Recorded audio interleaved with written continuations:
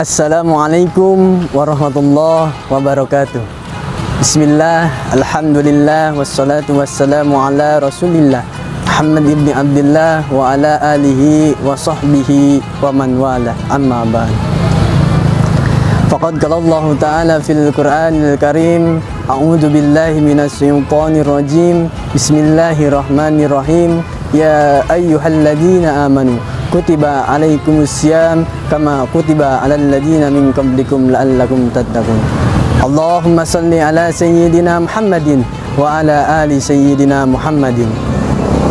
Alhamdulillah, puja serta puji syukur kehadirat Allah Subhanahu wa taala yang mana telah memberikan beribu-ribu nikmat, di antaranya nikmat iman, Islam dan ihsan.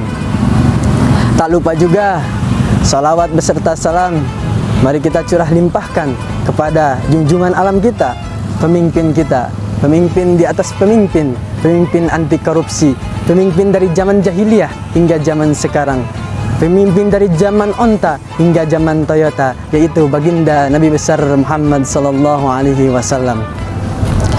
Kaum muslimin wal muslimat yang insya Allah dirahmati dan dimuliakan oleh Allah Subhanahu wa taala. Ada sebuah cerita, konon katanya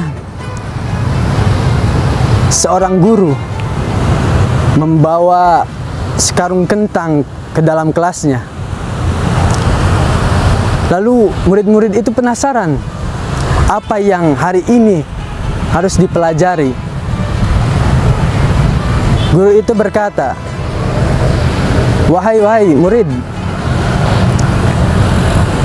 apakah kalian pernah tersakiti oleh seseorang lalu kalian dendam kepada orang itu? Lalu kata gurunya,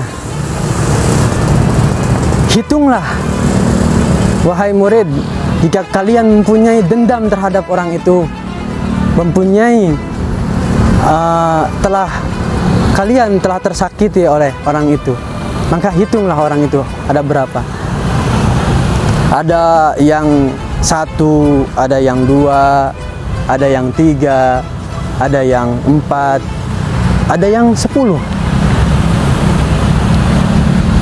Lalu kalian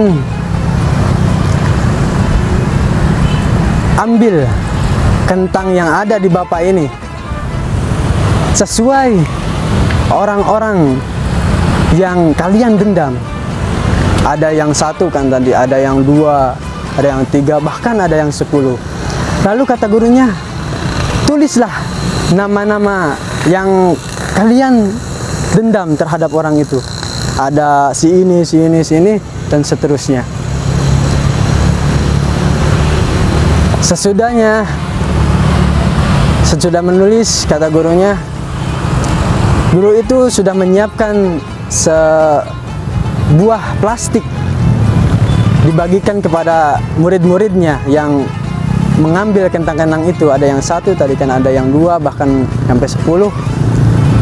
Lalu kata gurunya, bawa ini kentang ini di mana kalian berada. Keadaan kalian pun bagaimanapun harus dibawa. Keadaan makan dibawa, keadaan tidur dibawa, keadaan sekolah dibawa. Maka si murid itu menuruti perintah gurunya. Apa yang dikatakan oleh gurunya, murid itu menuruti. Beberapa hari, ada yang hari ke-1, hari ke-1, kedua, ketiga, keempat, kelima, si murid itu mulai mengeluh.